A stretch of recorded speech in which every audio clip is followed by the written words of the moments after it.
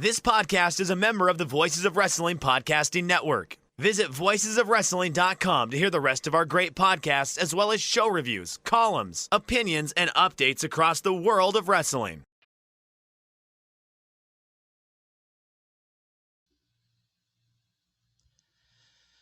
Shake them ropes. Jeff Hawkins, Chris Novembrino back for another week of fun, frivolity, absolute stupidity at times, probably.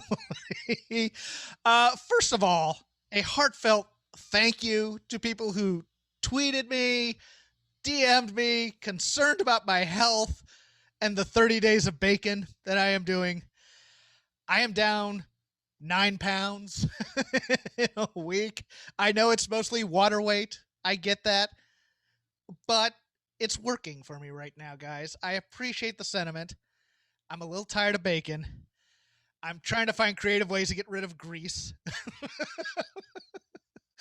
But other than that, I'm fine, guys. I'm monitoring other things in my health, but I really just need to get my weight down to a controllable level, and keto and these types of things are my best bet because I get bored by other diets. But I appreciate everybody going, are you crazy? How are you feeling? Do you want to kill anybody yet? Have the headaches started? Because I don't get keto headaches. But anyways. You're making me kind of feel like a bad friend because I voiced absolutely none of these concerns. And I was just sitting here kind of complacently. You're like, Chris, I'm going to eat tons of bacon for the next 30 days. This is going to go great. And I was like, okay, yeah, sure, that's great. Cool. Jeff's going to eat bacon. And just no concern whatsoever about your health or welfare or well-being. No, what you saw was an opportunity. If Hawkins dies, the Shake Them Ropes I empire, can control all the STR money, empire. all the Shake Them Ropes lucre that's out there could be mine. I sometimes lay on that very bed and stare up at the ceiling and go, someday all this could be mine. Someday this 75 cents. By the way, we're sponsored by Manscaped this week. Use code ROPES for 20% off plus free shipping. More on them in a bit, but yes. Yeah, Pharaoh Hawkins might one day let me do the ad reads for Manscaped. Well, I'm going on vacation in a few. You might get your wish. I could bring Rob McCarran back and rebuild this empty husk of a show that we had. Finally the McCarran Nova era can begin. Rob McCarran will be brought up as a punchline in a moment. Going into Friday, I go, okay, we got Hell in a Cell. We got this writer who got fired. Not much going on. Nope. The culling, the quickening in NXT. The wrath of Khan continues. Khan! But it really is like that. Depending on who you believe is the bad cop and who's the real decision maker and whatnot. Yes, 205 Live, pretty much the target of the gutting here. I doubt that anybody was paying attention to any of these people on NXT, and also I think it was just a spreadsheet and a hand wave. Sure, cut them because they ain't stars.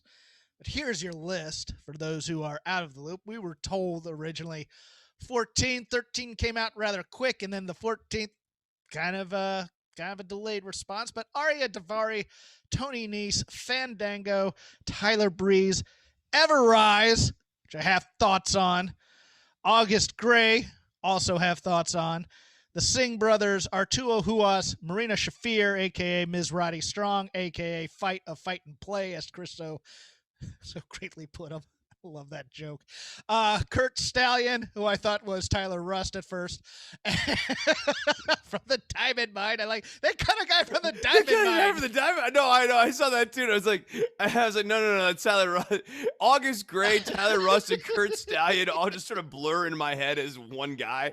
Well, the funny thing is, somebody came in, Jeremy Lambert from Fightful came in and saved me. No, that's the joke. I was like, no, I wasn't making a joke. I literally just mixed those two guys up. So hands up.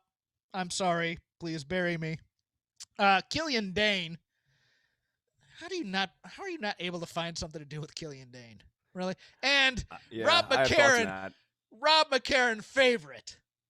Tino Sabatelli. This is Back good on ginger his- ale, so I'm not pouring it out, but metaphorically, I'm pouring it out for Rob McCarron right now. And sips Wait, to quick, you, Rob. quick plug. Maybe they'll sponsor us because I need ginger ale. I need free Oh product. man, no, Fever Tree ginger ale. This stuff is absolutely amazing, and they want to sponsor Not a me. sponsor.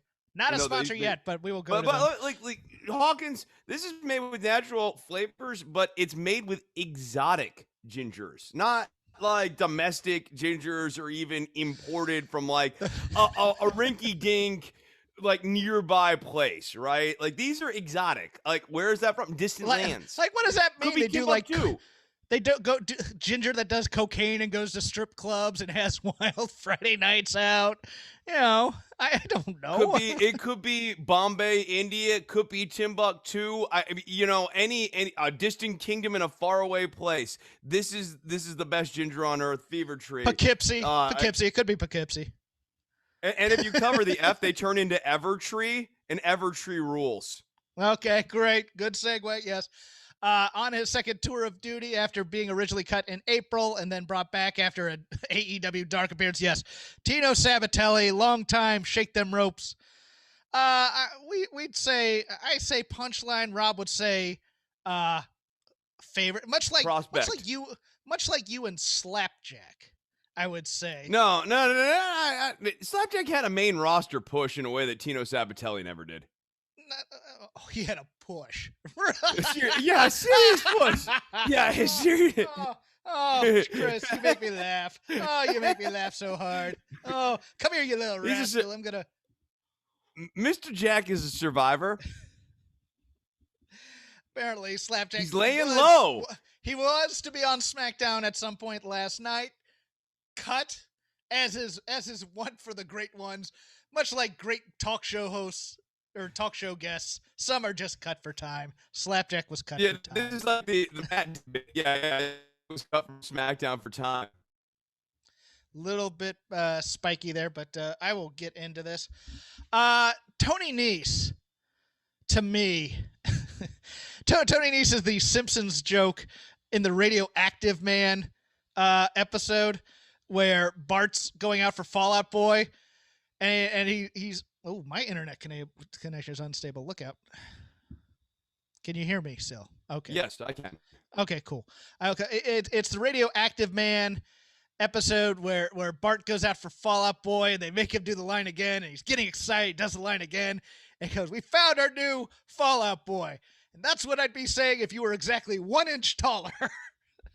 Tony Nese has the body of an Adonis. Saying that as a purely secure in himself hetero man. He is a good-looking guy. When he was, especially when he was like at like peak conditioning, because the amount of work that it takes to be at that level of conditioning. That guy, like, yeah. No, Nese like really put in the work circa like 2015, 2014. It's hard to just sustain at that level, but I mean, dude, if he was 6 foot, I don't understand why he wouldn't be, pushed to the moon. But he'd Vince be world champion if he was 6'3", but he's not. If he was 6'3", yeah, exactly. And look, went through various character iterations, had a great moment at the WrestleMania in New York where he got to win the Cruiserweight Championship. Had some great matches with Adrian Neville / King of the Cruiserweights. Had a fun dynamic with Drew Gulak going. Had a fun dynamic with Drew Gulak. Had a kind of fun dynamic with Enzo when he was central to that 205. Those of you who forget this. But he was left there to basically carry a dead brand. The 205 Live brand now, unless they're going to do what I think they might do, and I think what they're going to do is they're going to take matches from Main Event and NXT, and this is why you're seeing guys like Kyle O'Reilly go into the Cruiserweight division. It's going to be a kind of a clip show for 205 guys. I don't think it's going to be a live showing. I think it's going to be 205, sort of live. Maybe a match. Maybe they get, who's the kid with the jacket again? Oh, and I just read his name a while ago, but you get the kid in the jacket. Yes, Japanese kid in the jacket. Him. Maybe Jake Atlas goes there for a match, but it looks like they finally gave him something to do on NXT this week. Thank goodness. But yeah, I mean, it's Tony Nese did everything you'd ever want a guy to do on a show, and he gone now. He's not a great promo. I mean, look. I will. He I needs will a say manager. this. He needs a manager. He's a guy who needs a manager. Needs a manager. Yep. And I felt like in terms of his match booking, sometimes, it was a lot like Brian Cage, Mr. Get Your Shit In. Like a smaller version of Mr. Get Your Shit. A little bit. A little bit. And that Nice's psychology, and stuff left something to be desired because he was too busy trying to get from spot to spot to spot. Arya Davari, again, a guy, I think they just rehired his brother, too, to be an agent. But there forever, changed his gimmick a few times, did the stupid evil foreigner thing. Did it well, I thought. In Saudi Arabia, where it was particularly in Saudi Arabia. Oh, and yes, received that's right. death threats for it. Death threats, Jeff. Received death threats for thank you, Chris. I had forgotten all about that. Received death threats for this company. Nah. That's not a guy that we're going to take care of for a while. Although you can't be sentimental about these things. This is a business and string tightening and all that other crap. I don't think it's even necessarily like you don't have to be sentimental to go like, look, it's good business when a company makes a mistake like this to show to future employees and future hires that you don't, one, that you're trying not to make these sorts of mistakes, and two, that when you do make these sorts of mistakes, you try to do something to get right on them. Yeah. But, I think both will end up like in a Ring of Honor or an Impact. They'll be fine. Yeah. I think. Yeah, they'll be fine. Yeah. Especially Fandango and Tyler Breeze. I'm kind of here for a repackaging of those two as a real tag team who can do real things, as opposed to being comedy dress-up cosplayers. Especially old Mike Dalton / Tyler Breeze. He has a school in Florida. He's not going anywhere.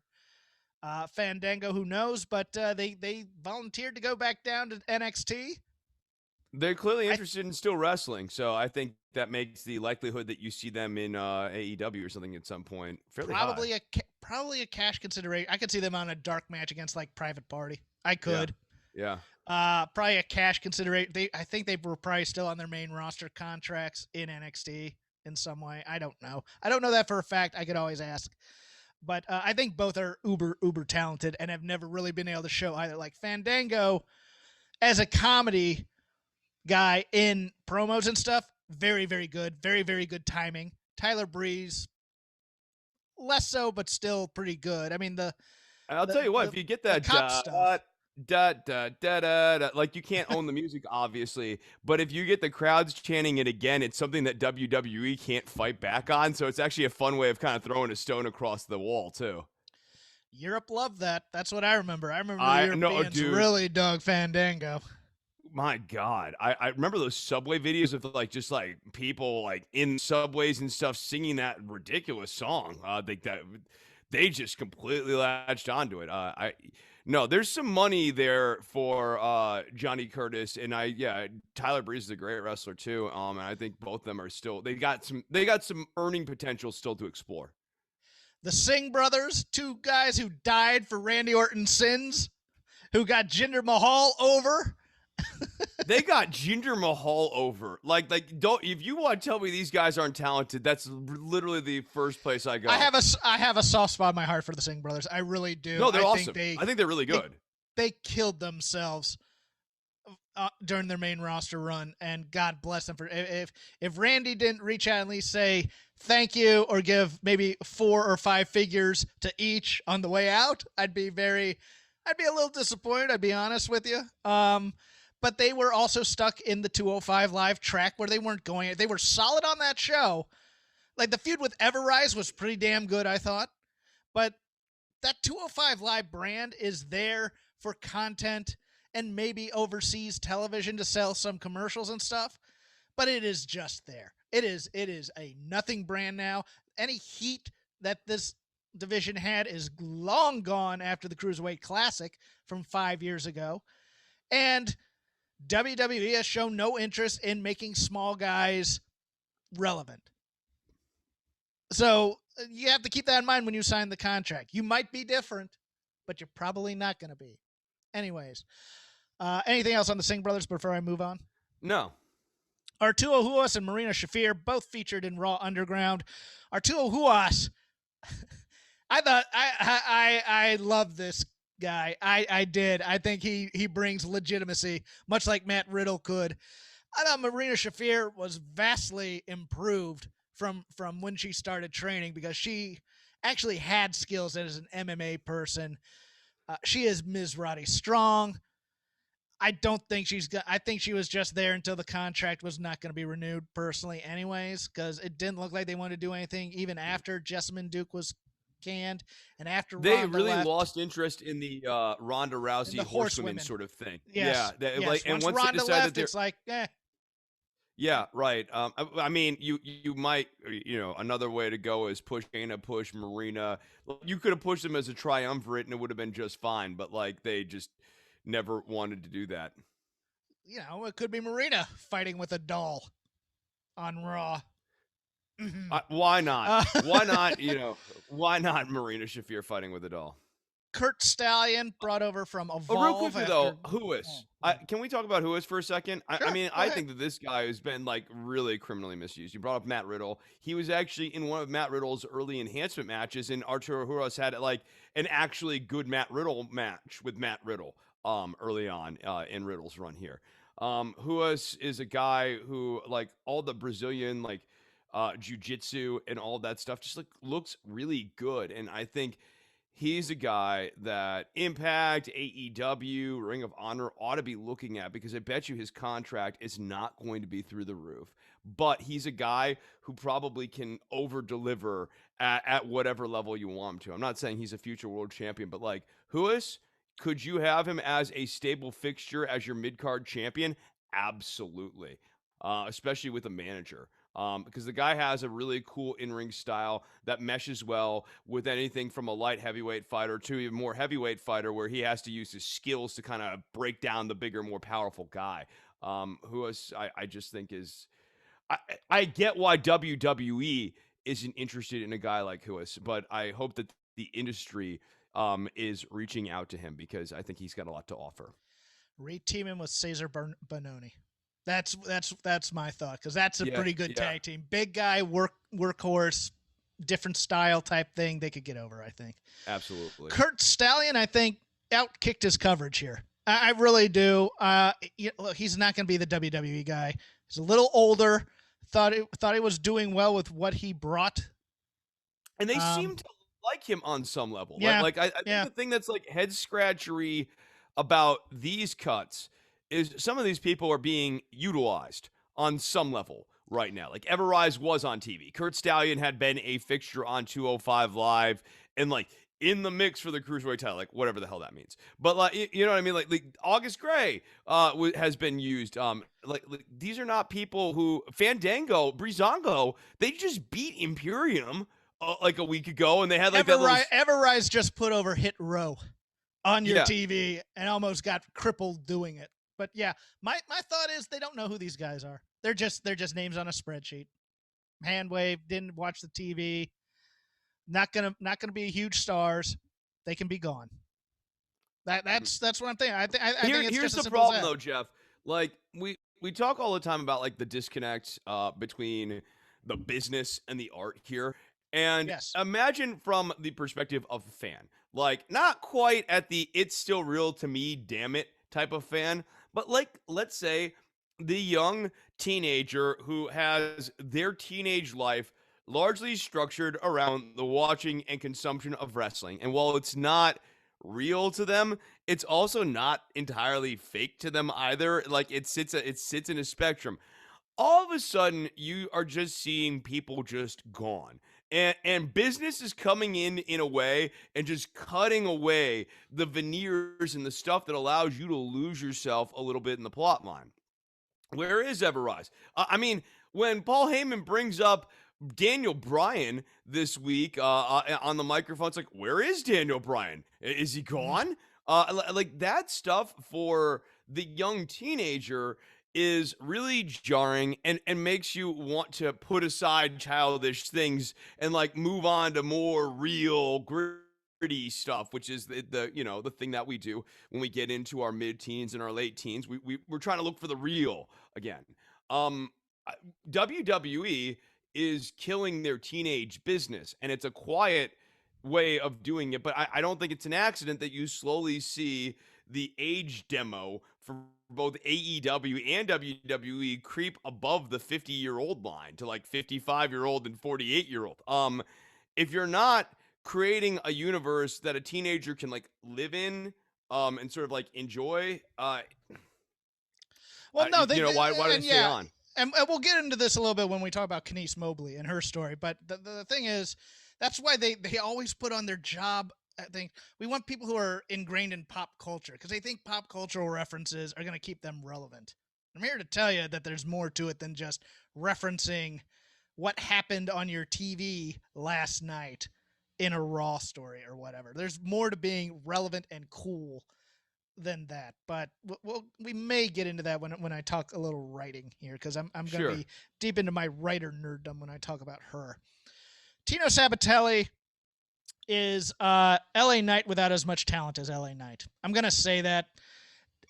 $1 million body, $1 million look, $1 million gimmick. If you watch that Proving Ground where he got overpaid in the NFL, was not the best defensive back in the world. Let's put it that way. He was not a pro-level defensive back, in my opinion, but drove a Maserati, had the designer suits, was a real-life gimmick, looked great. I thought the Riddick Moss team was pretty good because it covered up a lot of Tino's faults in the ring, but he could cut a promo. He was pretty good on cutting a promo, I thought. And I think he probably should have been the choice for this $1 million champion, to be honest with you, if you were going to ever push Tino Sabbatelli. But no one's going to miss Tino Sabbatelli, I don't think, in terms of the thing. And I think he's a guy who saw wrestling as, I can't play football anymore, I can make money in this. He's going to go make money somewhere else. Trust me, with his looks, someone's going to hire him for something. Even if he's just a personal trainer. Even if he's just a personal trainer. I don't even mean athletic. He's the kind of guy that walks into like Goldman Sachs with the nice suit and stuff and they go, this guy could be a stockbroker. Let's teach him how to be a stockbroker. That kind of thing. He'll be in some kind of business. He will be insanely wealthy in some way still, and he will be fine. Much of life, perhaps too much of life, is central casting. Looks. Is central casting. Yeah. Yes, it is. It so is. Now for the guys I want to kind of expound a little bit more on. Killian Dane. How do you not find something to do with Killian Dane? How can he not just be the brawler, the guy who bring the plunder? He's that guy on this roster. Looking. No, like in he's too hairy. Too hairy. He's hairy. He's weird looking. He's going bald. Like, this is where Vince's brain goes on this. Whereas someone like me looks at all of those attributes and goes, "No, that's a character actor, bro. Like this is you." He's Brian Dennehy. He is the Brian Dennehy. You of find the NXT a character. roster. Yeah, you find a character for that guy to inhabit, and yes. a Mick Foley, Mankind type of characters. Rough and tumble. I mean. And they sort of had that, yeah. He is really, if you want to cast him in the role he should be in, about every 6 to 8 months or so in a territory, Abdullah the Butcher would appear. Now, Abdullah the Butcher, not a great wrestler. Abdullah the Butcher, great presence, great brawler, great bleeder, great stab you in the head with a forker, but great wrestler? No. He should be nice the guy that point. Like, it was always fun when they'd find a way to work in Abdullah. Yeah. He's the mercenary that somebody brings in to take out Jimmy Valiant or the Von Erichs or whatever. That is Killian Dane to me. And Killian Dane in Sanity was fantastic, I thought. I really thought he brought a lot when he replaced Sawyer Fulton. Because he was not originally in Sanity, but I thought once he got into Sanity, I thought he was fine there. I thought that unit was pretty damn good. Now the last person standing is dressing as a butterfly on Raw. Yay. It's a manifestation about how her soul feels on the inside. It's relatable. You're wrong. I love you. May go into that. Just don't try and add depth to things that have no depth, Chris. How dare you? August Gray. Okay. I like August Gray. It's obvious he is one of his coworkers' favorite people. Just reading like Ciampa and everybody else coming out there. He is also a guy, when I saw him in Evolve, I go, there is no way in hell WWE is ever going to want this guy. If you look at, he has the throwback gimmick as Anthony Green. He's wearing the neon, the Oakley blades, the fanny pack. He's doing a lot of what I think. I'm not going to accuse Zicky Dice of ripping off Anthony Green. No, because like the Zumbas thing is not like an original thought. Right. Like whenever you're doing a period retro specific thing, it's like, you can't really own that. But I looked at August Gray and I thought, and here's a throwback name that you might know. I don't know if you do though. George South from Crockett, the Jobber. That's what I always viewed him as, man. Sure. I would make this guy George South, the guy who could get the occasional offense in, but just make a guy look like $1 million. Yeah, and commentary always treated George South like with some degree of seriousness too. Like it's not a bad role to be in. Yeah, he had one match on TV against Flair for the title where he got a lot of offense. And then after that, he was basically made, even though he was that tier one. He was like Pez Watley on the heel side. He was kind of a heel, the gatekeeping heel that would never get a win, but he'd never take the loss necessarily if he was in a tag team type of thing. I think August Gray is going to end up somewhere, but he's going to be like in a dark or an NWA. I think he'd be pretty good there. Maybe a Ring of Honor type thing, but The tricky thing for these guys is that there have now been 3 waves of cuts in like 3 months, and it's really flooded the market. So like what I was thinking about, you and I are kind of like businessy sort of nerds and stocky nerds and this sort of thing, is you had like this thing where WWE was buying up everything and like holding all the assets. And what I believe, and many believe, Nick Khan is sort of spearheading here. It's not necessarily his plan, but what he is creating is a scenario wherein you have a giant flood of the labor market all at once. And essentially all of these wrestlers' negotiating power goes down drastically because it's a very broad pool, and WWE's not hiring them back. So it's AEW, maybe New Japan, maybe NWA, maybe Impact, maybe Ring of Honor. Or maybe you go to like AAA. But like those are sort of your options, and AEW is the one, like if you're in Florida or you're Florida based, that's the one you want. There's only so many slots there. The good news is that AEW is adding more television on. They do need to build out their roster a little bit, but there's not going to be lifeboats for everybody. They already are overstocked and over in AEW. They got more guys than they know what to do with, and they're not writing stories for a lot of them. No, and like that's the unfortunate part here is that like there are, I think, going to be a number of performers that you like, I like, other people who listen to this show like, not even all the same ones, people who still have some quality, tread left on their tires, who I think are going to be having a hard time getting those tires back on the road for the next 18 to 24 months. And now, Chris, the main event, Everrise. Everrise does indeed rule. Everrise are my ginger ale. Everrise are fantastic. Everrise are everything that WWE wants in a non-main event type of act. They are comedy. They are darn good wrestlers. They are good kind of wrestling comedy. They are actually funny. They are actually engaging. They are creative. They do projects on their own. Yeah, they're self-starters. These are brass ring grabbers, right? These are quintessential brass ring guys. And I think, this is what's so maddening. Going back to the brass ring interview of, I guess now 7 or 8 years ago, it was a total load of shit. And Everrise is the umpteenth story that proves yet again, no, it doesn't. If anything, if you kind of try to stand out, you mark yourself.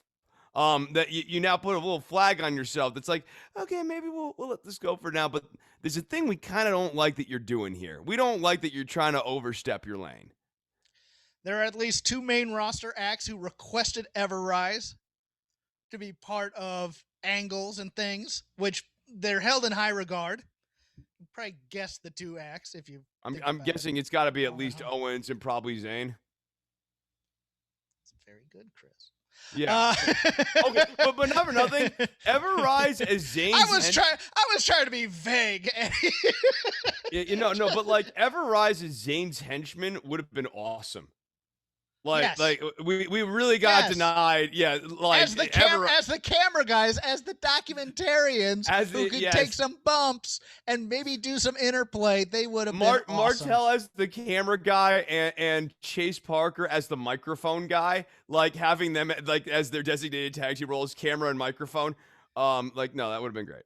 If you've ever watched their morning show that was on the WWE social network, it is just fantastic improv. They never lose. They're always heightening each other's bits, which as an improviser, I love. And they're never saying no about where they go with it. Even if it goes into weird spots, they just go with it. And, if it gets uncomfortable, drink the cup of coffee, which makes it funny. The uncomfortable side. They're fantastic. I wanted them with Bivens. I wanted them with Bivens because I think that would have been gold. I don't think Bivens with the Diamond Mine is going to be as lucrative. Because the Diamond Mine is a serious type of faction. They kind of need a guy with a little bit of goofiness in him, I think, as a manager. But, I hope they're going to be okay. I want them to be okay.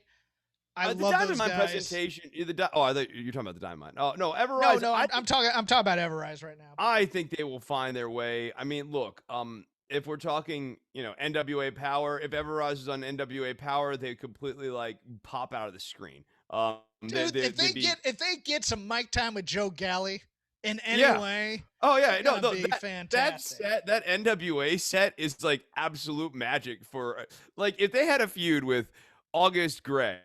Or whatever his name is going to be now. They had a feud with him and a tag team partner. Like that would be Anthony Green. Yeah, no, if they feud with Anthony Green and whoever else, like that's a great feud. NWA would be stupid not to book that one. I think, obviously, again, would I like to see him on AEW? Sure, absolutely. But like everyone can't go to AEW. So yeah, I'm not gonna much like Jack Evans, who needs some mic time in AEW and is not getting nearly enough. I think Jack Evans feuding with Ever Rise would be really fun though. God. Jack Evans and Angelico and Ever Rise in vignettes against each other would be magic.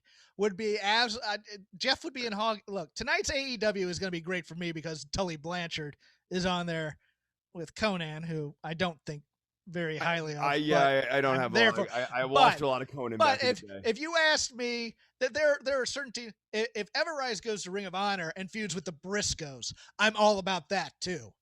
Because those vignettes, because Jay Briscoe's going to say something probably just hair step over the line. It might be too much of it might be too different because it's like Ever Rise's whole shtick. Like the thing that makes the Briscoes work is it's like so brutally intense. Like the best Briscoes promos are just like he is just like in the camera. You think he's gonna kill you? He's gonna kill somebody at this match next time. And Ever Rise, like look. What makes them great is that they act like they're bad guys, but you kind of get the sense that they're not actually like really bad guys. So that's what knuckleheads. They're knuckleheads who want to be bad. They're the B villains in comic books who have like a gimmick. They're like Captain Cold in The Flash or Electro in Spider-Man or something. But they could be like busy trying to be bad and then like see like an old lady trying to cross the crosswalk and like go over there. Go, you gotta go help the old lady. And like, but we're robbing a bank. Yeah, I know, but she's having a hard time getting across the street right now. They're the villain that would get caught helping the woman go across the street. It's like, well, and now Spider-Man's like thinking, well, do I really want to take him? Well, okay, I'll take him to jail, but I'll tell the officer to let him go. And that's how they come back in like 15 issues a year and 3 months later, being knuckleheads again. I love the knuckle. Yeah, no, but I think that disparity with the Briscoes might be just a little like I think the Briscoes do well, and whatever Rise does well maybe is a little bit oil and water. Then I will take Evans and Helico. Yeah. But no, look. I think Everrise has a lot of burn left, and I want to see more Everrise, please. Yes, and if you don't like Everrise, you're wrong. You're wrong. Yeah. I want to thank our sponsors right now. Support for Shake Them Ropes brought to you by Manscaped, who is the best in men's below-the-waist grooming. Manscaped offers precision-engineered tools for your family jewels. They obsess over their technology developments to provide you, the consumer, the best tools for your grooming experience. Manscaped is trusted by over 2 million men worldwide. We have an exclusive offer for our listeners, 20% off plus free shipping with the code ROPES at manscaped.com. I used my Manscaped Lawnmower 3.0 last night. Got some pandemic growth. It's probably too much information, but I'm already a hairy guy, so anything that will help me in these things, and I can use it in the shower, which is great. It's great dry or wet, which helps me immensely. You're getting coffee. I thought you were getting product.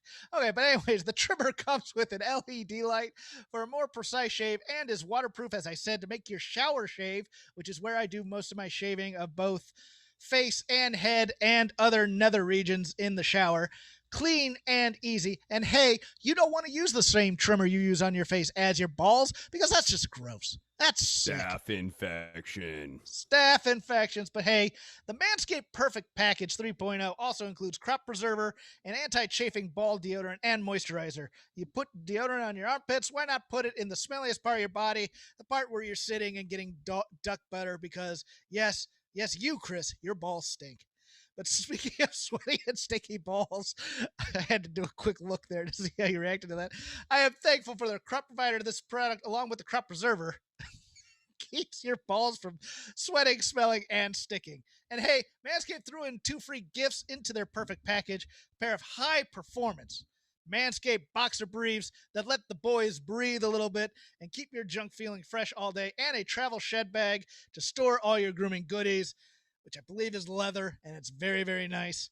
Trim that junk of yours. Get 20% off with free shipping with the code ROPES, ROPES, at manscaped.com, and your balls will thank you. Once again, 20% off and free shipping with the code ROPES at manscaped.com. Unlock your confidence and always use the right tools for the job with Manscaped, and we thank them for their sponsorship of Shake Them Ropes, which we almost called Shave Your Balls, but that would have been weird. It was a real serious and vigorous back and forth. When Chris came on, he said we need to rebrand this. No, I want a new name. I don't want to be stuck with Rob McCarran legacy items. I want to start fresh. Let me just say real quickly, Everrise rules. Everrise. Oh, I miss them. And now a vanity topic that I would like to talk about. WWE prospective writer Kenice Mobley, I believe that's how you say her name, Kenice, did a podcast talking about being hired as a writer and not knowing who any of the wrestlers were. She mangled a few names, and she got some of the talent upset. She got a lot of fans upset, and she was summarily fired. She did not, I don't believe she did a single day on the job. Maybe she did. I think she was hired something like June 6th, so maybe she'd already started. And she was doing the interview the day of June 6th. So, like, she had gotten hired, and the interview that she did was taped, like, the day of or, like, the day after, which I do think matters. There's a lot of people who are wrong in this, and I'll tell you why. And, Chris, you can push back at any time on anything I'm about to say. Number one, when you are employed by World Wrestling Entertainment, Inc. or Corporation, and you sign your employment contract, there is a non-disclosure agreement in there. You do not have clearance from the company once you have agreed to take the job and you have signed on to talk out of school without the permission of the company. Is this fair? Probably not. But it's also in the contract, and like I'm glad you started there, because for me, like, there are other things that are worth exploring here, but like the reality is, once you sign a contract that has a non-disclosure agreement, and like this is not unique to WWE, they have certain business practices that we talk about at length here that are kind of unique to them, or things that like are maybe like weird and kind of uncouth or whatever. But like I have worked for a number of companies that have a non-disclosure agreement, and it would be very weird for me to, like, when I got hired at the closed captioning company, have gotten that job and immediately turned around and done a big podcast to talk about how the name of that closed captioning company and how they did things inside the office. And did you know all this about how closed captioning works? That would get you into trouble. And so that, I think, is the terra firma. And if that was the catalyst for firing her, I think, that's cut and dry. That's a very sort of open and closed issue for me. Yes. And I believe this was the catalyst, quite frankly, even though a lot of people are trying to make other excuses here. Now, WWE, as long as I know, when I was in their orbit, had non-disclosure agreements. I had to sign waivers for them to read my stuff because that's liability on them if they steal an idea also. So there are all these kinds of... So then let's have the rest of this discussion... Oh, I'm sorry, just real quickly. Let's have the rest of this discussion in the context of if there is not a non-disclosure agreement then. Because like if there... I think you and I are both in agreement here that if there is, then this is like... That's done. Like this is I'm giving the history of non-disclosure agreements here with it because WWE has had these for 20 years now, at least 20 years, where you don't talk out of school. There was a time in WWE, and if you go to writers who were working around the time when I was still hopeful for a career, if you want to go that way, there were stories of WWE asking to check your phone to see who you've been texting, who you've been calling, what websites you've been visiting and stuff. I'm pretty sure if you log into the internet at Titan Towers, they are tracking your emails and who you're talking to, even though it might not be as secure. Although, if you're a senior official in WWE, might be some leeway there. But I don't think they're checking phones anymore. They might give you an app when you go in. I remember thinking this. I thought there was an app at one point where that's WWE corporate, so that you have corporate communications and stuff, but they also monitor your phone activity. If you get hired for WWE, number one, get a burner phone that you just use for business, kids. You don't talk to social media. If I ever got a gig with the company, which we'll laugh at if that ever happens, but if that ever happened, you would not see me on Twitter. You would not hear from me on any message board or any podcast ever again, because I have to abide by that. When every set I was on, from either as a writer or as an actor, I had to sign a non-disclosure agreement. I had to say, I will not spoil what we're doing on this television show before it airs. And you know what? I mean, while we're on this subject, look, that has been the backdrop of a large part of my tenure here on Voices of Wrestling. I think, sometimes I just had to like sort of quietly tolerate it. It's like, what the hell does Novan Brino know about wrestling? He doesn't watch as much wrestling as a lot of people. There are a lot of people in the commentary who watch a lot more wrestling than me. Part of what makes my perspective unique is, one, I do watch a fair amount of wrestling. Let's keep it real here. But two, I also was captioning WWE all throughout the Yes Movement and all throughout the rise of 205 Live, the Enzo Amore era that we were talking about earlier. I'm now like 4 or 5 years out, so I'm well clear of the non-disclosure agreement. There is all this stuff extemporaneously that was going on that, like, I knew I could have hopped on a microphone and gotten clicks and engagement and probably built out the Nove brand so that I'm not the best kept secret on Voices of Wrestling. Production stuff. And myriad production stuff. When we're talking about the network, there is scoop after scoop after scoop that I just had to sit on. And people go, what the F does Novan Brino know? And I would just have to not say it, because I can't even type it to people in DMs, because that's violating the non-disclosure agreement. That's just part of being an adult. I was in my 20s, but being an adult in the business world and having a job that you like, that you value, that has a non-disclosure agreement. You just have to abide by that stuff. And sometimes it can be a little bit of agony. more than a little bit of agony, because like there are things that you'd like to hop on the mic, like here comes the WrestleMania preview. I have, not this year, but back then I had all these different scoops. Like I knew a lot of stuff going on, Rumble, Mania, like you name it, especially the Cruiserweight Classic and stuff. I was doing all these shows before they'd even hit air. Before anyone else would see them, I'd be putting the captions on them first. But I would never go on the microphone on any of these shows and talk about any of that stuff. Why? Because I like that job. And two, my hope, an errant one apparently, is that, you could stand on your own two legs and build your own brand without having to violate non-disclosure agreements. Yeah, I want to go through 3 different narratives too quickly. Too quickly. One a little bit expound upon. Actually, 2 I'm going to expound upon, but 1 less, so that are just incorrect, that are out there right now, that when this news broke. First of all, racism, sexism. Plenty of that to be had probably in the WWE. Not the reason she was fired. Yeah, well documented, but I don't. That's not the driver here, right? Like the driver here is clearly the interview, and like, I mean, if anything, let's think about this hire. Actually, you know what the driver is the fact that this got known.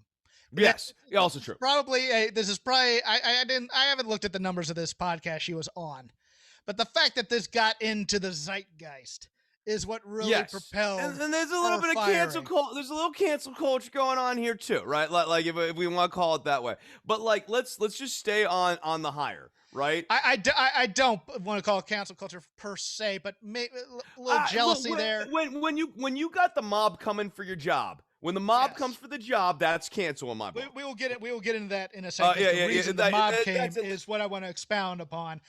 But hold on real quickly on the racism, sexism. Why don't I think that's at play here? I mean, if anything, the thing that she's in hot water for is that she like knew nothing about the thing that she's coming in to write on. So they hired her specifically to provide an outside perspective. To provide an outside of the norm. Don't steal my thunder on this. Don't steal my thunder on this, because there's a lot I'm going to go into this about writing and writers about that. But also, you never know who's listening to a podcast. So this is why I don't insult the talent. I insult the choices that they make for the talent generally. Except for Slapjack, because and Joseph Connor. You stop. He survived. Number 2 narrative I want to get into is the reported anger of talent about her lack of knowledge about the project and how it was, quote, disrespectful. Now, I'm not going to get into the writing part of this just yet. That's my point number 3. But there is a long, long history of wrestling as an industry having this victim complex, so to speak. There are 2 complexes that have been prevalent in wrestling that I know of. It's only for the boys / women. And if you haven't trained, you don't really know anything about the industry. And we don't like outsiders here. We're going to give limp handshakes to each other and all that other crap. While at the same time, whining about how you don't get the same respect as other actors and performers. And hey, we're celebrities too. And all these... settle your tea kettle that she didn't know your name and that she didn't watch wrestling. Okay? 1.5 million people watch wrestling every week. It's not a major phenomenon. It's usually frowned upon in most polite conversation. The fact that she knew that the champion's name was Bobby Ashley is actually much closer than 90% of Americans when asked who is the current WWE champion. They might say The Rock. And she knew the Hurt Business, and she knew other things. It's not like she was ignorant. But this brings me into a nice segue into number 3. And this is where I go into mad defense of television writers, where other people complain. Oh, they don't know the product, or they're using TV writers instead of just doing off-the-cuff interviews all the time. I think TV writers can be a positive. I don't say they are a positive. I say they can be, because look, you're going to get knuckleheads in this industry who just want to write bad sketch comedy and not good wrestling. I get that. I understand that. But, as he goes up. I'm going to tell you a little secret about writing. And number one, writers not held in the highest regard in television. I think the cast system goes talent/director, uh, uh, the crew, catering, interns, then maybe the writers. Producers are up underneath cast and talent and above crew, but writers are generally seen as the most disposable form of the entertainment complex. Any of you have ever seen the 1992 classic The Player? I think it's 1992. It might be a little later, but nevertheless, there's a whole running joke about producers going, "Hey, can we make this movie somehow without the writers? Somehow." That is what it is. If a talent and a writer goes into Vince's office and one of them has to take the bullet, I got news for you. Talent ain't taking a bullet necessarily for the writer. Okay, writers get buried. They are disposable, usually as seen by such. But I'm going to give you another secret. When I was looking for writing jobs, back when I was young and go get them and had dreams and hopes, I had to write things called spec This is scripts. you were talking about. Yes, me. Oh. Yeah, I was at one time optimistic. Hard to imagine. Speculative scripts, which is what I learned to write. I went to NYU after I graduated from the University of Virginia. Humble brag. But it's where I learned how to write television sitcoms. To college. I went to college. But you learn how to write these things, and then you go out and you write a few scripts, and you submit them as writing samples, and you try to get representation and hopefully get staffed on a show somewhere as a junior writer or as a writer's assistant, whatever, to learn more about the craft. You never wrote a show, at least in my day. It's changed a little bit now, but you never wrote a show that you wanted to work for. You never did that as a writing sample, because the people who would be reading your scripts know those characters, have the character Bible available. They are hyper focused on the show, and if you don't write the show properly, they're not going to hire you. So you write a show that's very similar to that. Like the big hot show spec when I was writing was, of course, Friends. For some reason, everybody had a Friends spec except me, because I'm an idiot, because I didn't like Friends. So I didn't want to write stuff that I just didn't like. But I had a news radio, I had a Simpsons. That was dark. So I'm one of the few people who ever spec'd Arliss, the HBO show with Robert Wool on it. I was trying to get different kinds of shows. You spec the kind of show you want to work for. You don't spec the show you want to work for. So when people say, and I got news for you, on new shows, writers don't know the characters yet when they're brought in. They're building those characters from scratch. It's not like the writers of Breaking Bad knew which way they were going to go. By the way, on that Friends thing, everybody had a Friends spec, and every network tried to make a Friends show. And half of them had Lindsay Price, who was just, look her up, you'll recognize her.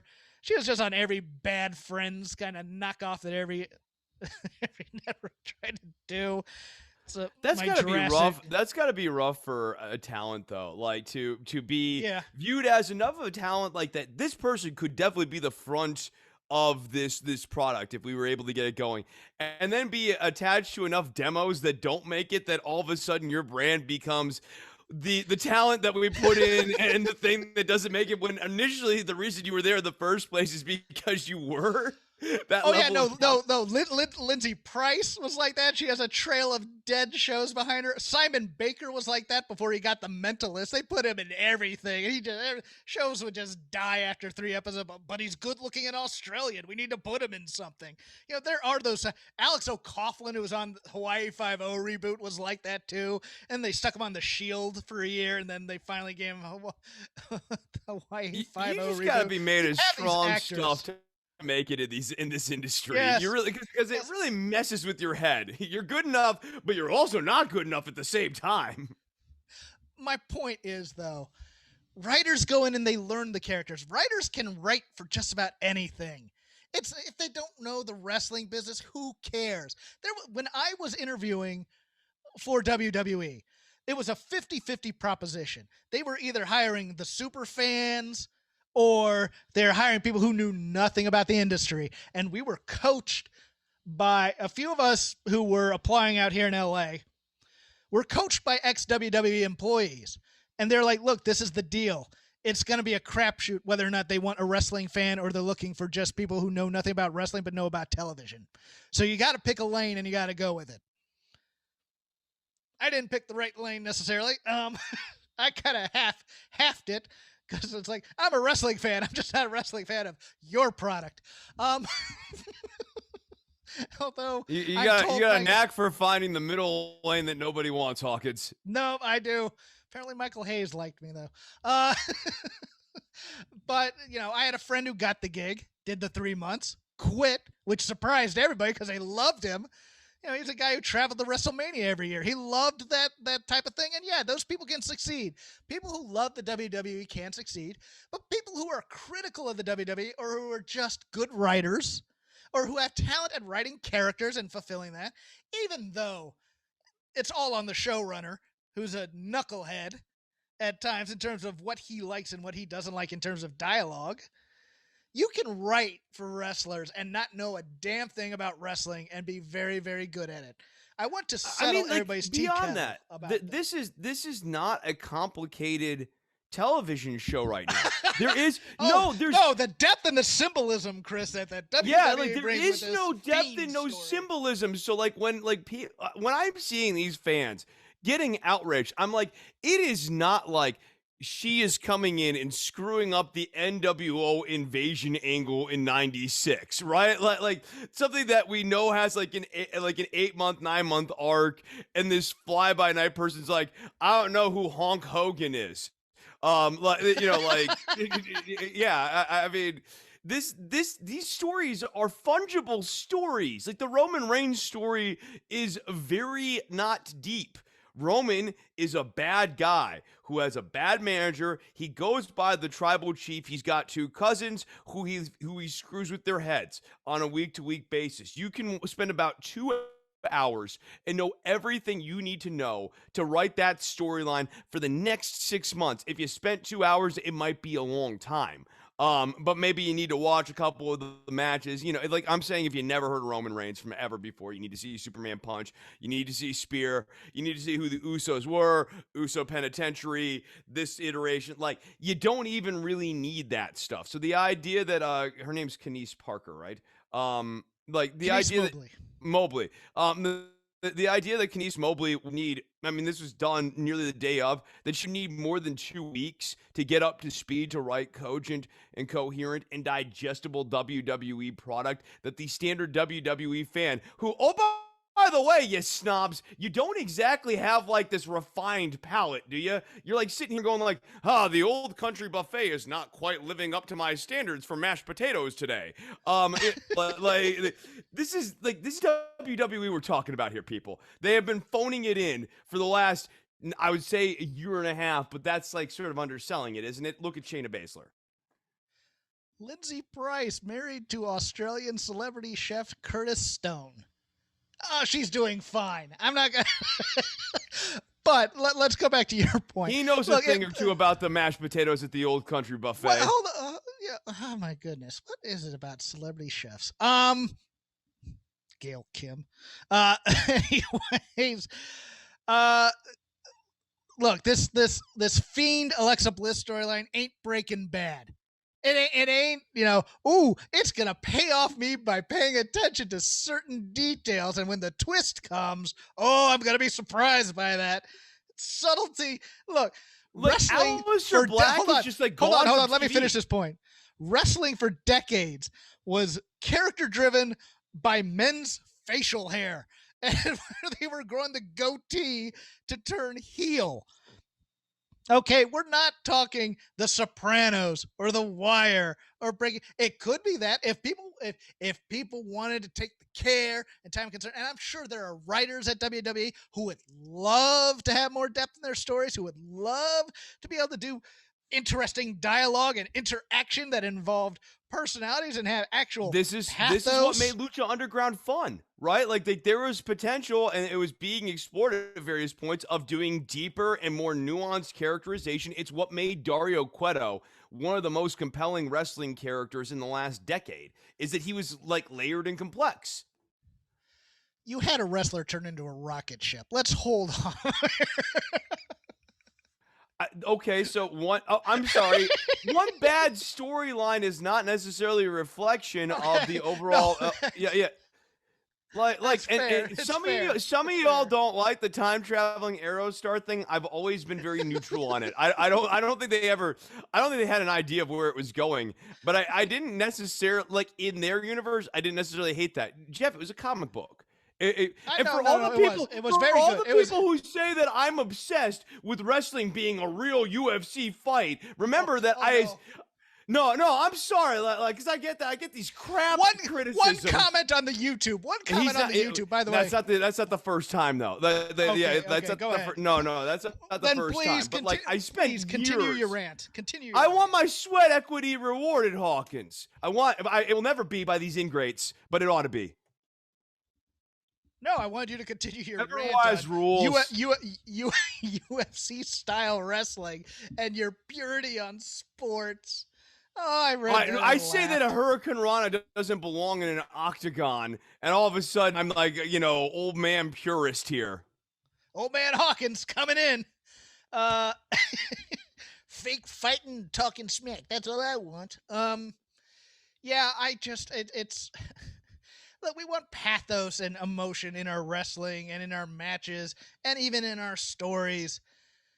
But it's just going to be, we have to get to the chopper. Otherwise, we're going to let it, the expositional stuff. But I'm not going to fault the writers for that ever.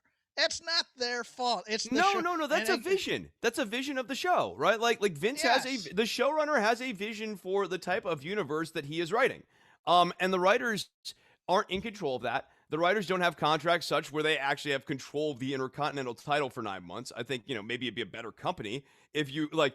You came in, you negotiated that like you're going to be the writer for this title, and for 9 months the program, we call it programs, like essentially a season of a belt will be programmed by one writer who will have a consistent beginning, middle, and end. And as we get to the end, if we want to transition away from that writer, we can discuss what that transition period looks like, and we all have a sense of what that period and that time window is. WWE doesn't do that. But, like, that's the issue. It's a vision thing. It's an organizational thing. It's an execution thing. And I don't lay that at the writers. Like, what WWE says is, hey, today you're writing for Aleister Black, who may or may not be here in a few weeks. Go and write some copy for them. And there's no guarantee to that writer that they're even going to be writing on Aleister Black here in 3 weeks from now. So they go in. There's no guidance on what he wants, on what they want from the Aleister Black character either. There's no vision of that. It's like, give me some ideas. And if we don't like him, you've set the business back 20 years and he's not going to be on TV for 6 months. Right, exactly. And so, I mean, I don't know how a writer would succeed. So, like, I mean, beyond, that's why we start with the non-disclosure thing. Beyond the non-disclosure thing and the fact that you violated that, and that seems fairly open and shut to me, everything else here is just utterly unobjectionable. And if those were the reasons that she was terminated, I would be very, very beyond the pale. But in this case, it seems like a kind of a mistake involving violating a non-disclosure agreement, and like that was dumb, and she shouldn't have done that. And I can imagine being an employer, having just had someone I hired sign a non-disclosure agreement and they violate it. Maybe I would pull them aside and go, hey, this is your one warning on this. But I certainly would be watching them like a hawk from there on out, because it tells me that their instincts for what is and isn't within the purview of this non-disclosure agreement are suspect, and that I need to be monitoring them. So we've gone about, an hour now? Do we want to do a little bit of a round of WWE? On just like one story? on two stories, on the cuts and on this. So no. Let's do some like actual wrestling. We can talk about some graphs. Let's do some actual wrestling. Let's do some ice cold takes on Money in the Bank and just kind of go around the WWE a little bit after that. If you think bad storytelling is just singular on the main brand. It permeated through all the brands this week, including our beloved NXT UK. There was just some dumb stuff, but let's do ice cold takes on Hell in the Cell. Really, for me, a one match card in terms of doing really well in both the ring and the booking, and that was the opener. Bayley versus Bianca Belair. You guys know I'm fond of Bayley as a performer. Aunt Pam is fantastic. Of the horsewomen, look, Sasha's going to have the bigger moments and the bigger matches. Becky was a bigger star because of the push of the man. Charlotte's always going to be over pushed, even though I don't think she connects with the audience at all, with her character at all. And I think her title reigns are sort of a joke, to be honest with you, just to match her old man. Bayley is the foundation of the horsewomen. Bayley is the foundation of the women's division. And Bayley made Bianca Belair look like $1 million damn. There were callbacks to the Hell in the Cell from last year with the kendo sticks. She took a lot of damage for Bianca Belair. Bianca took some damage of her own. It was physical. Bayley did the Weasley, cocky heel when she's in charge, weasel when she's not, to perfection, I thought, including trying to escape from the cage, which I found ridiculous. But I loved this match. I loved this match a lot. I think it might have even been better than the Sasha match in many ways.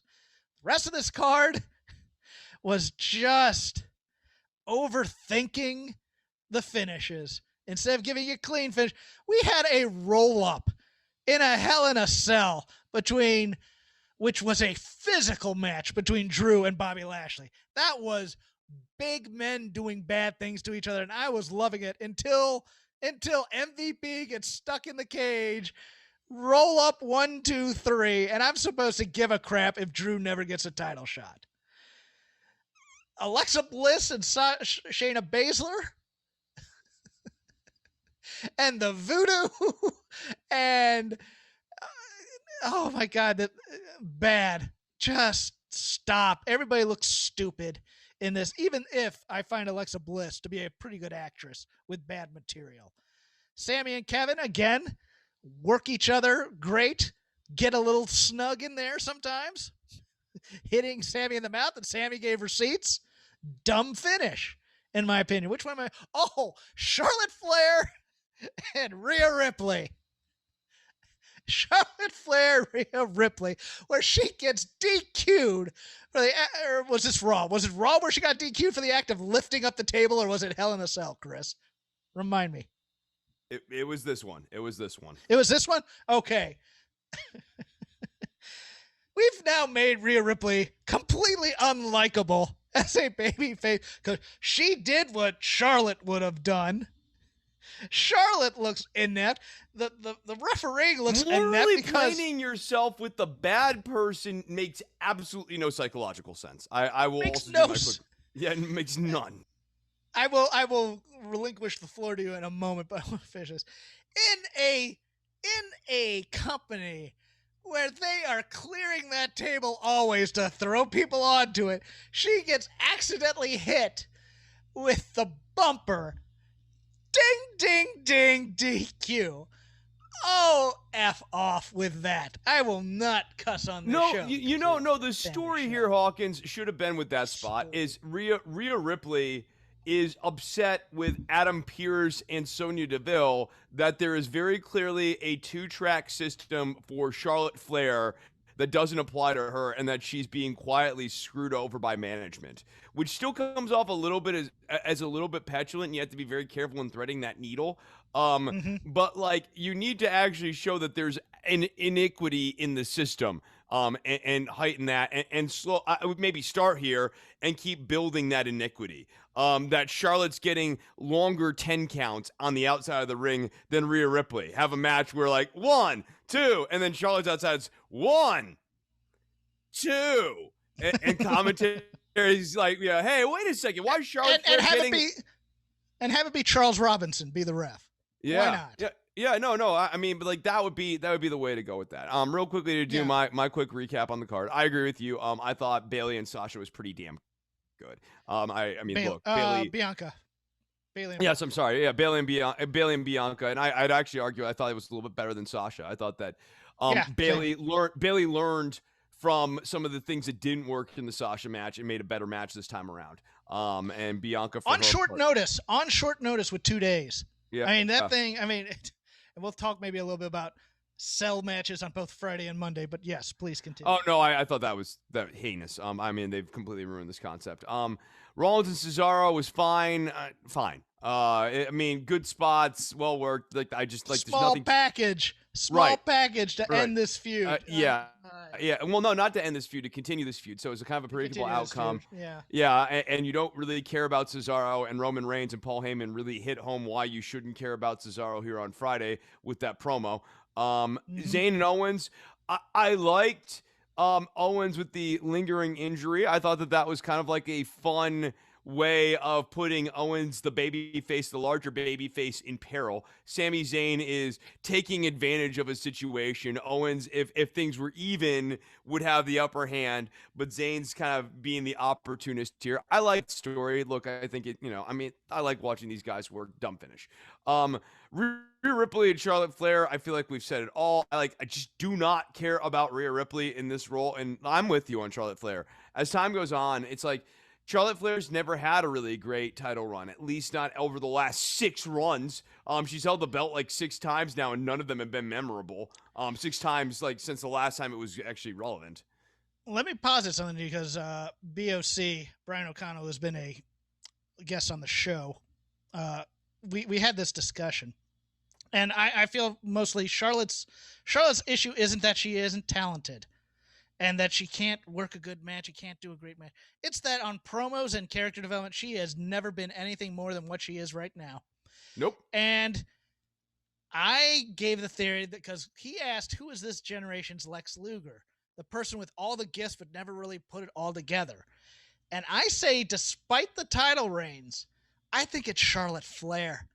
I think Charlotte Flair has never put it all together she's never been, to me, loved by the fans or even respected by the fans. And maybe that's more on the fans than her, but because she's always a Flair.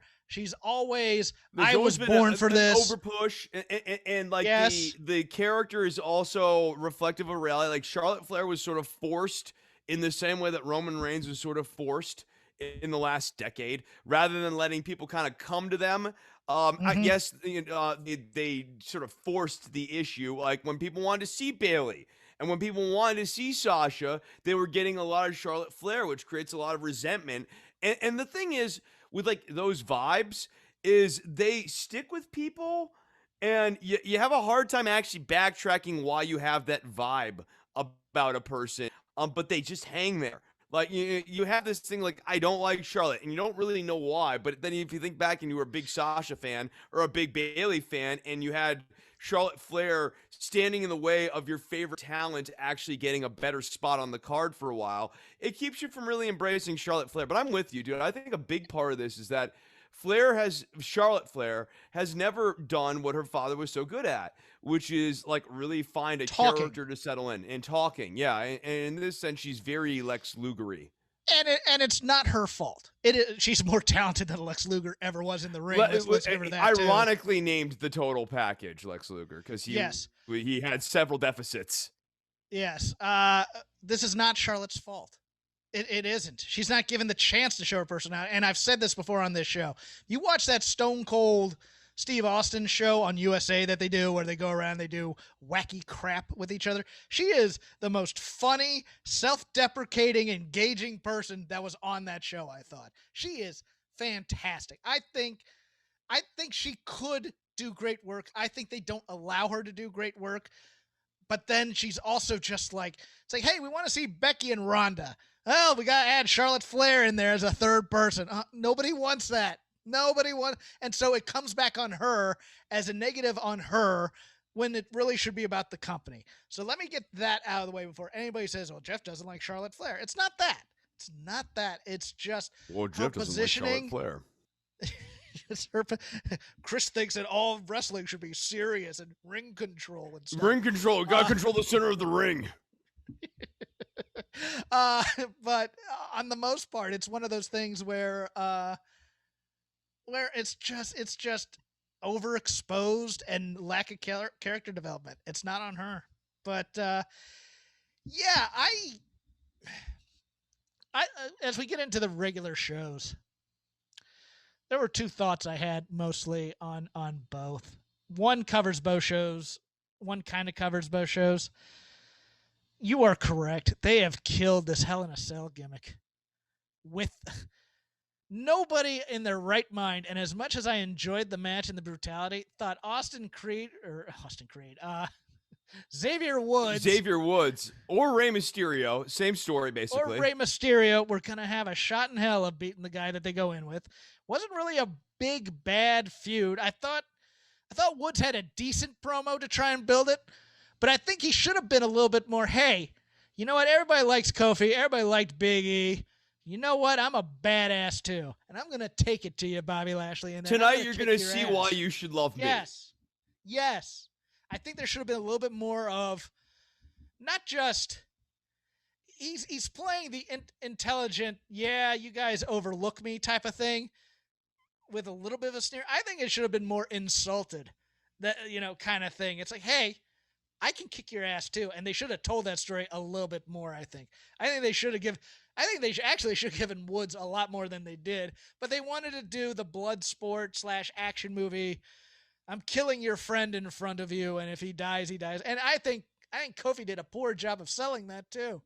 I think Kofi did a terrible job of selling the Lashley's killing my friend right now and trying to get in that ring to stop it type of thing. Oh, yeah. So there are three really important beats in this story, and I felt like all of them were sort of lacking. So the first thing, if we're going to do the blood sport, I'm killing your friend sort of story, the first thing is that when Woods gets into the ring, we need to be flying high. And they did on that. I'd give them like a B on, but like I want Woods to come in right away and basically have Bobby Lashley scared. Like Lashley needs to be in there like, haha, I'm about to kick your friend's ass, haha, and like looking and making fun of Kofi. All of a sudden from behind with kendo stick, here comes Xavier Woods, and that's the beginning of the match. Or the trombone, the plastic trombone and that just gets broken over Lashley's head, and you see him like look loopy and fall to the ground, and we get like our first 2.5 count right there.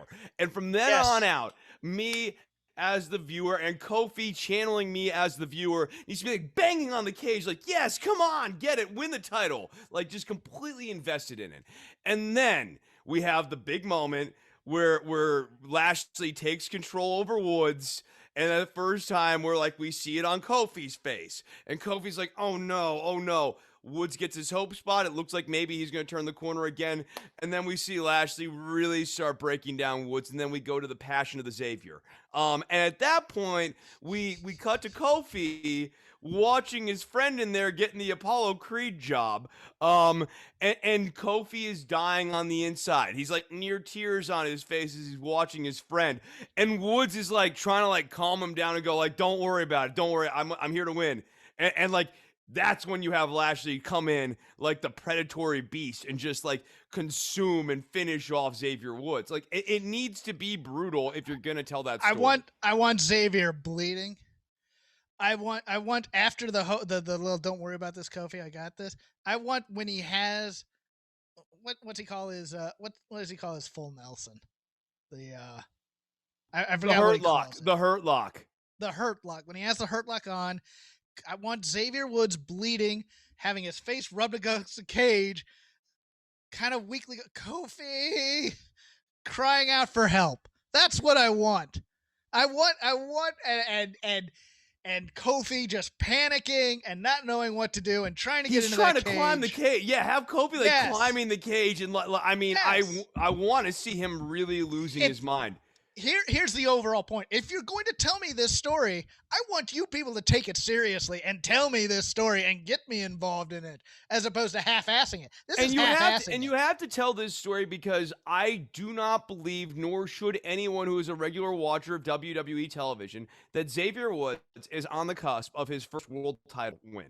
That isn't the story, and even the savvy veteran child wrestler viewing, like they know that Woods isn't winning the title tonight. So, like, they know it in the back of their head. They're not necessarily going to say it out loud, but, like, if their dad asks them, well, who do you think is going to win? They're probably going to go, well, I want Xavier Woods to win, but I think Lashley's going to. So we need to let that kid have this moment of, like, oh, my God, what if Xavier Woods wins? Like let the mind whir and then break their heart.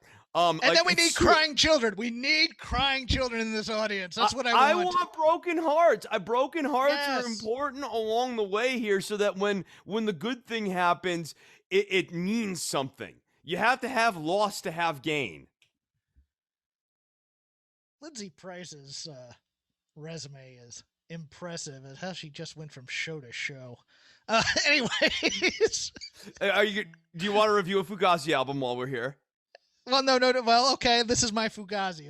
Lindsay Price is my Fugazi. Let's put it that way.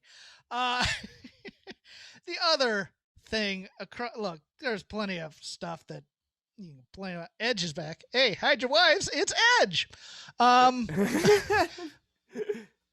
little Paul Heyman callback there. It's about the women in Money in the Bank. And this annoys me. The women in this company, who I have great respect for, especially with what a lech of a boss they sometimes have, and the already tall hill that they have to climb in terms of certain things and positions that they are put in, and CM Punk chants and the like. All they really want is this Money in the Bank and every type of match like this, a Royal Rumble, whatever, to be seen on par as important as the men.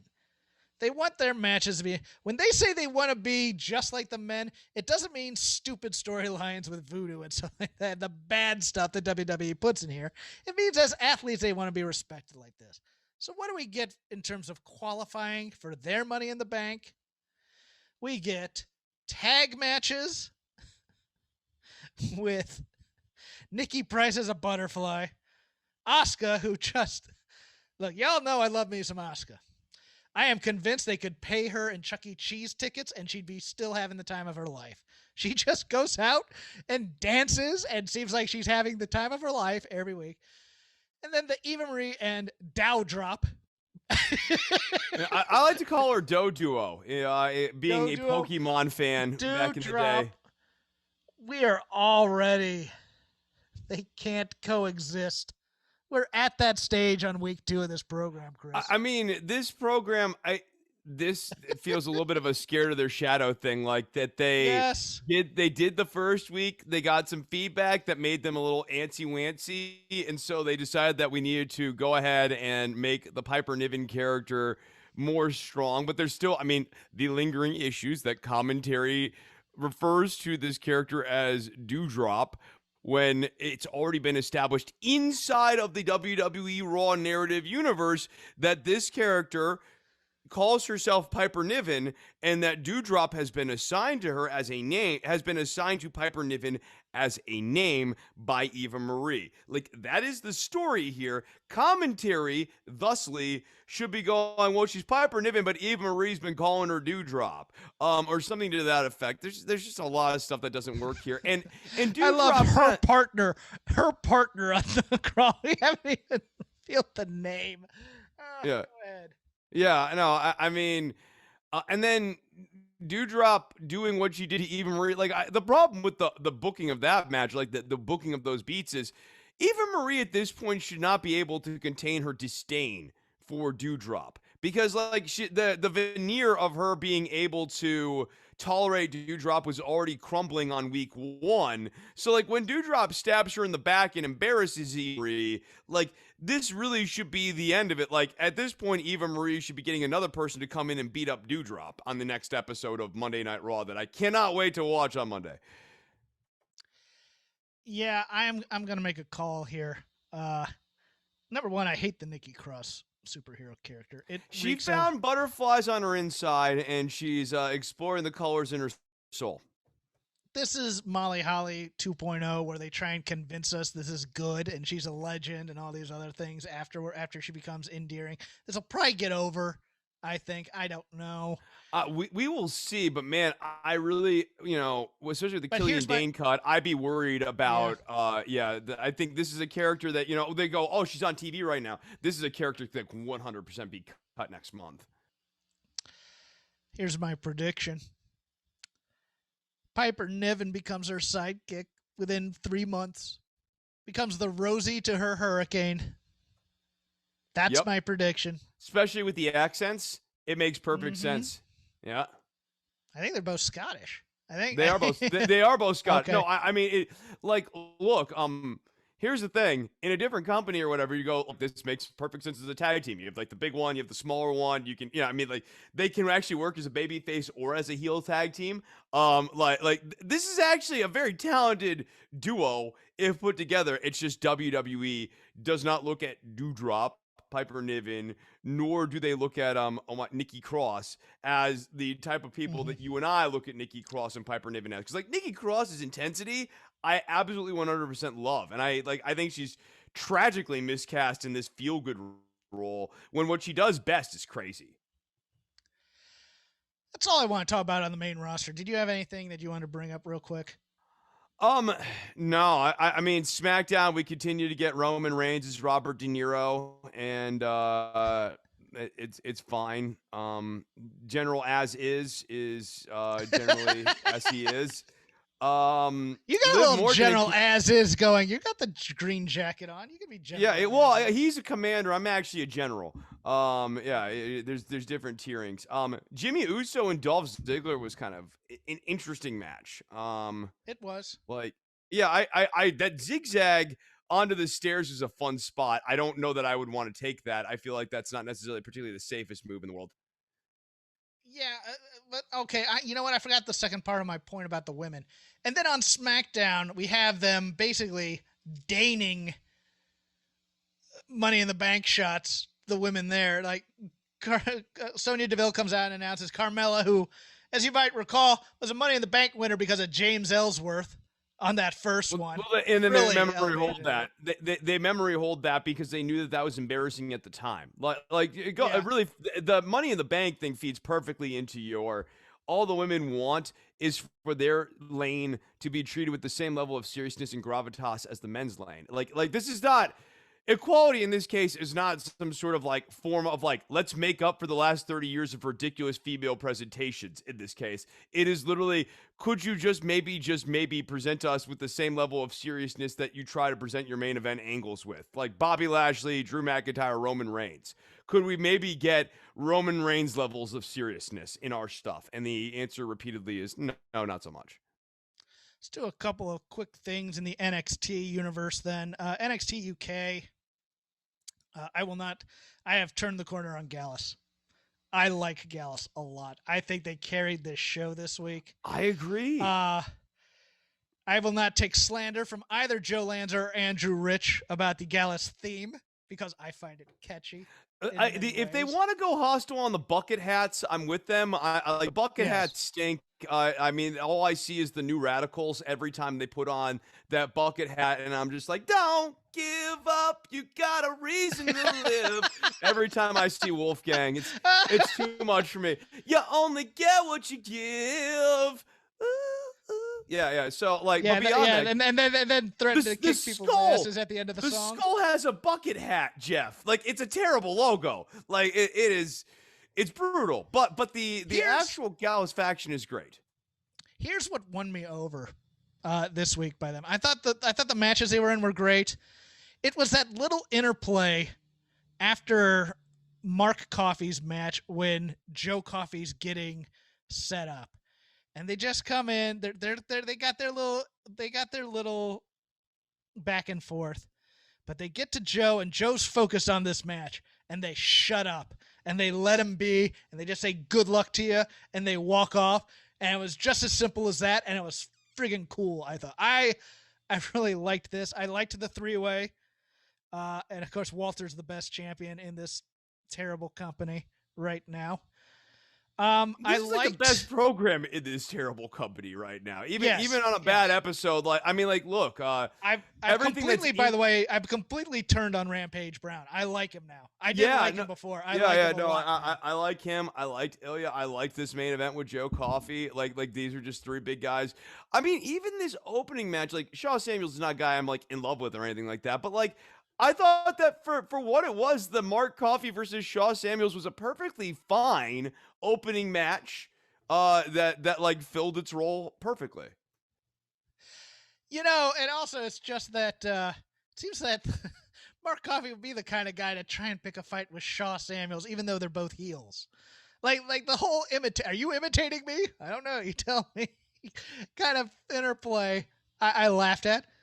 Shaw Samuels ran as a part of the Labor Party for an office. That old Nigel putting in the weird things. Yeah, that was The it was other interesting. I was like, really? Huh? Cool. okay. Oh, yeah. No, the Tories. Let's represent them. Hey, uh, coming up next week, a discussion on Margaret Thatcher, where Chris and Jeff come to blows. We had. I liked the Jack Stars video a lot. I thought it built him up really well. I wanted a little bit more out of him. I think in this, it's kind of like, hey, they say Tyler Bates the best in the world. I didn't want I used to doubt myself. Hey, I'm one of the best too, and kind of have a little bit more self-respect than just, oh shucks, I'm the guy who everybody thinks is a loser, and I had all these tryouts. And you can tell that story, but I want a little bit more. Hey, I deserve this. I should be here, and they got to it at the end. It was fine. I liked it. And A-Kid's promo I thought was pretty good too, about Jordan Devlin. Yeah, no. I mean, look, I'm really excited about the Jack Stars Tyler Bate match because I think it's just going to be a real. I mean, I'm not expecting Jack Stars to win the cup here or anything like that, but I'm just really excited to see. I'm excited to see the story that they tell. I know that Bate will take care of Stars and make sure that Stars gets enough offense to like do what he needs to do. And like, I mean, this is just going to be a really fun classic story. I really look forward to it, and I agree with you on the Devlin and A-Kid promo as well. And now for the piss poor. And unfortunately, it's all women all the time. Yeah, the promo was bad, and then the match was, is interesting. We'll get into that too. Well, oh man, there was a women's match on here? Yeah, it was Laura Di Matteo. Oh, that's right, versus, that's right. Turner. Okay, yeah. Get to Stevie Turner in a moment. Stevie Turner. Isla Dawn was back to doing witchcraft in the back, lights going off. I just love the looking at her and going, yeah, you annoy me, and just leaving, but this is cringe. This is and then dumb. shooting the rest of the freaking promo with the lights off was so good. I mean, I was so distracted from the Mila Schmidt Ginny interaction by the fact that these lights were just out, because like you have that happen. The lights being out for that one. Look, that was done. So must be time to go. Although I liked Ginny because Ginny's awesome in this, but Ginny's thing, I don't care about you, shut up, and just kind of leaving. But just lights go out. Eva Valkyrie, I always call her Aofi because that's how their words were. Eva Valkyrie running into the match, dude, training with the lights are off. That just looked stupid to me. Yeah, like then the Mila Schmidt and Ginny interaction. Okay, some of it was good. Like I liked Mila Schmidt going like, I want, wrestle Eva Valkyrie. Okay, that makes sense. Why Eva Valkyrie suddenly running into the ring when the lights are out makes no sense at all. Ginny's reaction, for what it's worth, was this nice little nuance thing where it's like she's not saying, hey, I want to wrestle you or anything like that, but she's just like, I don't like you. And establishing that she's a dick character. And I like that. Don't look at me. Don't look at me, baby pop. I just... Yeah, no, that's good. That's good heel it. characterization. Yeah. Okay. Then we get this contract with Blair Davenport. What is going on in both NXTs between this and the kid? Both kids who wrestled Adam Cole and lost in the two weeks, where it's just these vanilla ass names that are just, it's almost like they've overcorrected, whereas they were using the Star Wars name generator for like Eli Cottonwood and things like that. Now it's just, John Adams, kind of thing, and they're waiting for the hook to come in. Ashton Smith, Oliver Carter. It's like there's nothing flashy about these names at all. The gimmicks are kind of They're replaceable names, and when you give replaceable names, you have replaceable people. Here's the thing. It's why Vince was not able to turn Vader into the Mastodon. Like you can't. Some of these names, the Undertaker has to be the Undertaker, right? Like Hold on, no, the Undertaker, Bob Smith. yeah. No, if you change the Undertaker to Gravedigger, it's not the same gimmick anymore. I pitched a Gravedigger gimmick.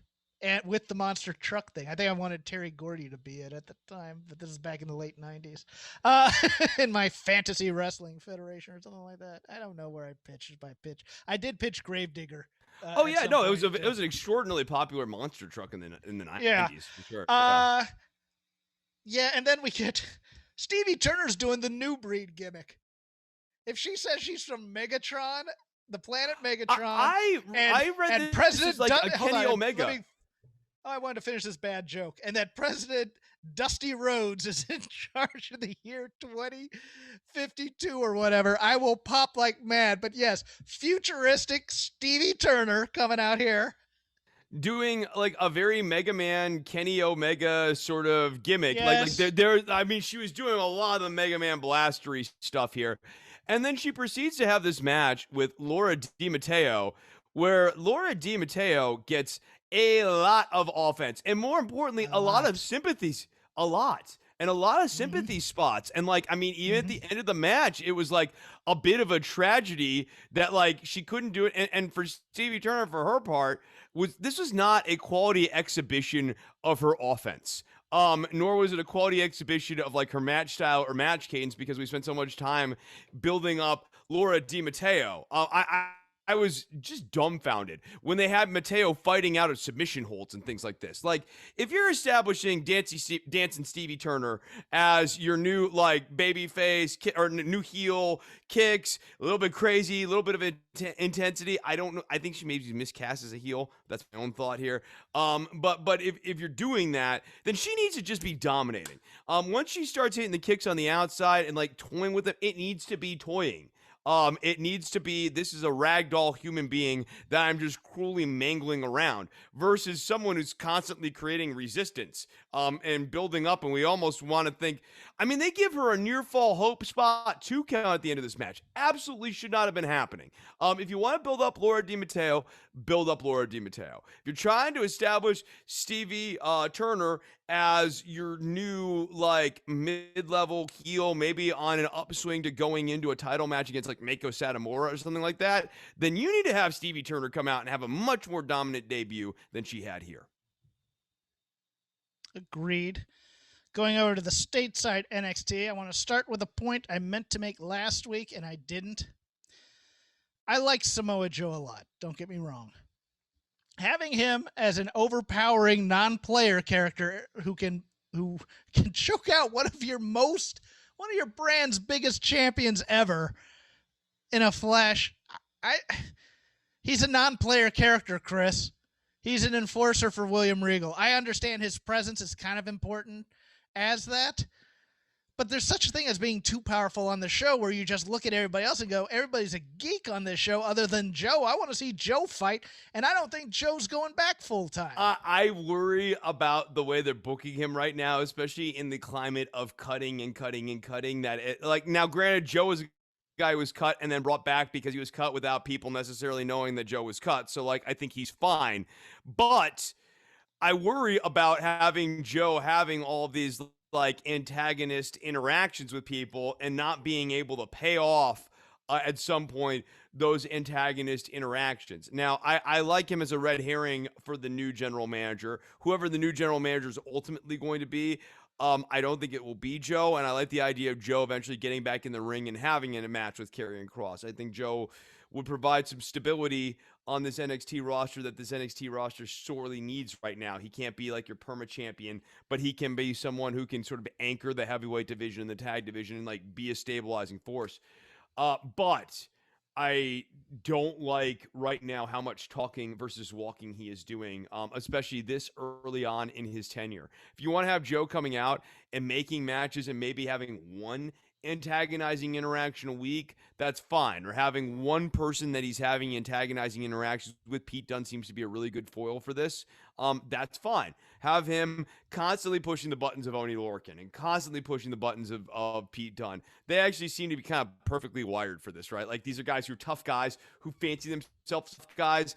And then there's Joe, who they sort of secretly acknowledge is a tough guy and they're kind of secretly respectful of, but also don't like because they're heels and he's a babyface and he's management. I was looking up Lindsay Price jokes, but I decided not to do them. Yeah. Is there a webpage on Lindsay Price? There are no Fugazi jokes because Fugazi is the most real band ever. There's a Wikipedia page. I'm like, who remembers the American version of coupling? Yep, she was on that too. Lasted 2 months. So we get the return of Adam Cole in terms of that fight with Kyle. After we had the Kyle O'Reilly Kushida match, we had that. The return of Roderick Strong, I meant. Diamond Mind, him, Tyler Rust, Hideki Suzuki as a coach, I believe. I believe he's going to be a player coach of some sort. He's just a presence. And Malcolm Bivens. This is an interesting little stable. Yeah.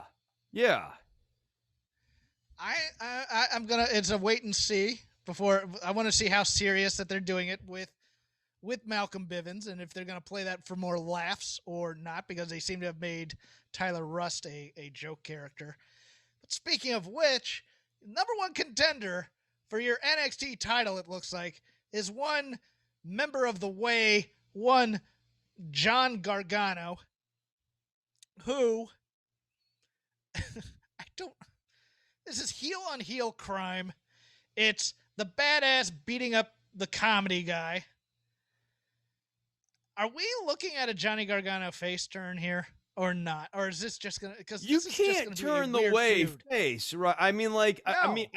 I guess you. Okay, I say that, but I guess you could, because then you could bring in Dexter Lumis as like the weird fifth member, because Indy and Dexter are now together, and you could make them a baby face couple, and like Johnny and Candice are like bad guys, but they're funny bad guys that we kind of like. And Austin Theory is this flake dude who like does sort of naturally, like, he's not really evil, right? He's a flake and he's stupid and he's being like manipulated. So like, is he really evil, or is he like a knucklehead?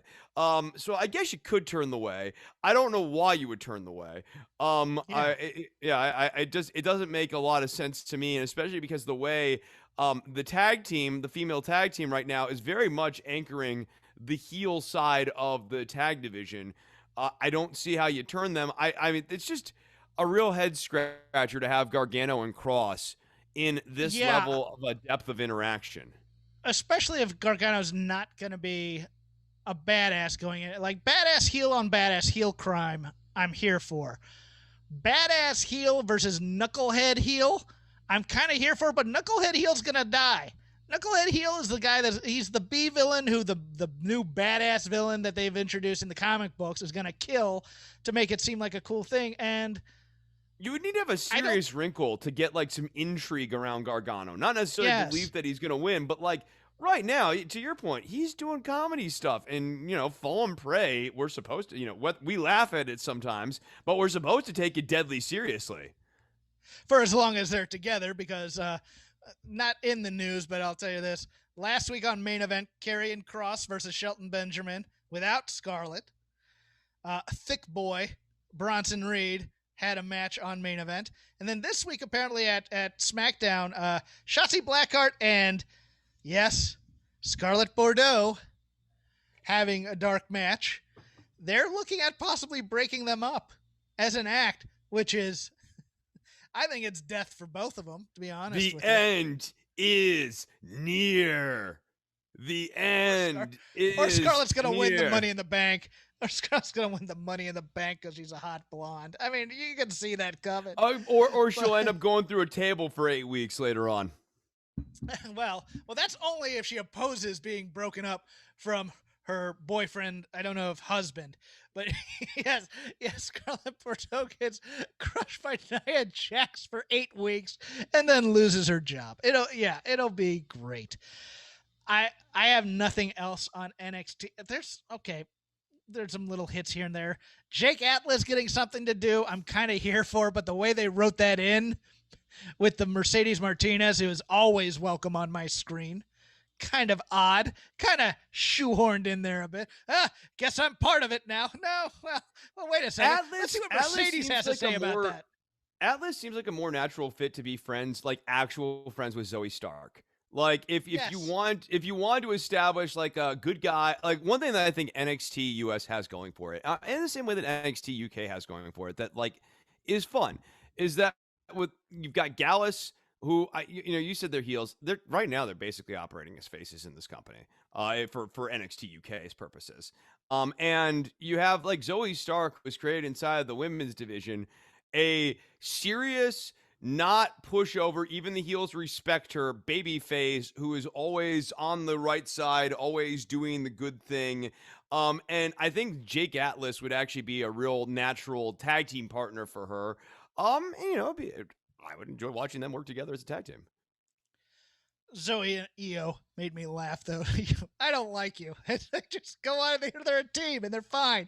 And I'm cool with it. I'm cool with you not liking your tag team partner, but it doesn't become the can they coexist BS that we get a lot. Well, yeah, especially when Io keeps saying, I respect you. Like literally the only thing that dangles over the can they coexist thing is their mutual respect. And when you have the question mark person saying, no, I have mutual respect for you, it removes all of the intrigue. No one questions whether or not Zoe Stark likes Io Shirai. The question is, does Io Shirai like Zoe Stark? And they're answering the mystery. I think we're back to crazy Io, which I'm fine with as well. It looks like we're going to port over Jessica Mea, who sort of shocked wasn't cut, and Aaliyah, who is probably on her last leg, from Robert Stone, who continues to dress in women's clothing, and it's ridiculous. That jacket was absolutely ridiculous, and a woman's jacket. I'm positive of it. And I'm okay with that, because I think Frankie Monet is more of a managerial type character, to be honest with you, rather than an in-ring performer. This match was not as egregious as the Laura DiMatteo match on NXT UK, but I still thought I thought Elektra Lopez got way too much feature here. Like, she came out and had an entrance.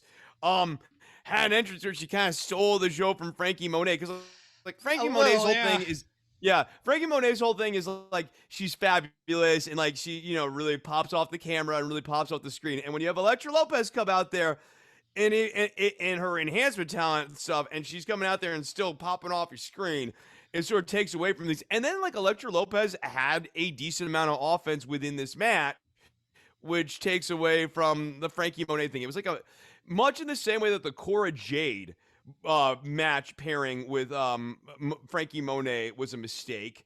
So I thought the same way with Elektra Lopez. You're like, if you want Frankie Monet to be going over people, she needs to be going over. This is the 80s template. Kind of weird looking people. Have her. No, because she's supposed to be the gorgeous special one. The everyman needs to be an every woman type of person rather than someone who's popping off the screen with charisma. No, I completely agree with you.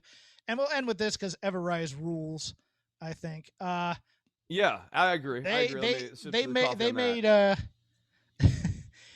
They made Hit Row tag team of Ashante Adonis and was it Top Dollar? Top Dollar, yeah. Dollar, please. It's not dollar. Top Dollar, yeah. Look great, I thought. They can't do this finisher on anybody else because you can't do it looks like a Dudley Death Drop for the most part from that high up if you're Ashanti the Adonis, because you're going to spike guys on their head and their neck, and they need to find another finisher, I think. Yeah, so like the problem here, I mean, God, just that fall from Everrise, you can hear commentary gasp, I gasp as I watched that didn't look good. Yes, no, Bev, and I would say one thing real quickly. I've come around on Beth Phoenix. Okay. I think Beth Phoenix is actually okay. And I think she's clearly grown into her role. She went from being someone who I was like, I kind of wish she wasn't here, to now Beth has a niche. I kind of enjoy her character. Like, I think she's funny at times. I enjoy Beth in a way that I did not enjoy Beth several years ago. And I just wanted to note that here. I've changed my mind on her a little bit. But you could just hear all of commentary very alarmed at watching the way that fall is, because when Top Dollar does his powerbomb, he needs to work on his powerbomb technique. You got to make sure people are coming down flat backed. If you're going to powerbomb someone and they're giving you trust of their body, you have to make sure that you're protecting them on the way down. And then Ashanti the Adonis, just, I mean, it was sloppy coming in there for the cutter. And the whole point of the cutter is to cradle the neck on the way down. And instead, he was sort of dragging the head down. And it had Matt Martell of Everrise in a very, very scary position. Yeah, I screamed at that. I was like, you can't, look, these guys, they're a little green. So, hey, they need to find another finisher, because you got guys head and neck. You got guys head and neck in your control. You have to protect it. You have to protect it. You have to. Yeah. No, that's all I got on that. No, but I felt very strongly about that. Look, it's. I mean, we talk about like unprotected chair shots and some other things in wrestling that we all know better about now. But there are some more subtle things that don't draw blood that are every bit as dangerous as an unprotected chair shot, a stupid suicide dive. And when you are leaving your feet and you are trusting someone else with your neck, the people who are the caretaker of your neck have to protect it. No, I agree. So that's it for us. You can follow me at CrapGame13. You can follow Chris at DWATG. And just follow the show at Shake Them Ropes. Tell you when new episodes are up. If you want to watch what we're doing on video and watch Chris try and break me during Manscaped reads, you can go to the Voices of Wrestling channel on YouTube. I'd like to thank Manscaped. 20% off plus free shipping with the code ROPES, ROPES. Please just go buy one thing on the website. Let them know that you got it from us, and we'll continue to get ginger ale money in there. Chris the ginger also ale was does Fever Tree. Yes, the ginger ale was Fever Tree. Haven't sponsored us yet, but we'd love them to sponsor us right now. If you'd like to be so kind, please go to iTunes, give us a 5-star review, since we haven't pushed that in almost 5 years on this show, so we can get into the thing of their search. Rob used to push it a lot. When Rob left, it kind of died. But anyways, Chris will tell you about Don't Worry About the Government. No, there's some other things I've discovered I'm woefully behind the times on. I just reached out with Don't Worry About the Government to someone to do some SEO stuff, and he sent me back like the initial report. He's like, you have over 1,500 broken links on the Don't Worry About the Government website, which, like, at 525 episodes makes sense. It's like maybe 2 or 3 a page, but it's like, oh God, wow. Oh, all right. Well, yeah, I'm woefully behind the times. Don't Worry About the Government can be found over at don'tworry.tv, an institution that's been running since the late days of the Bush administration, believe it or not. You can find us on iTunes. You can find us on Stitcher, on Spotify. I just did 75 minutes of a monologue episode on the new infrastructure bill, and also going in depth into the inanity of Kristen post. So if you'd like to hear me break down at length why Kristen Cinema is wrong and dumb, go and check out the newest episode of Don't Worry About the... No, don't squint Hawk, and she's a dope. She's a big dope. Go and check out Don't Worry About the Government at don'tworry.tv on iTunes, on Stitcher, and Spotify. Well, Chris, we're going to have one of two discussions after the show. Either it's going to be Lindsay Price or what you just plugged, but for more Lindsay Price talk, once again, at CrapGame13, we'll see you next week. Cinema's a dope.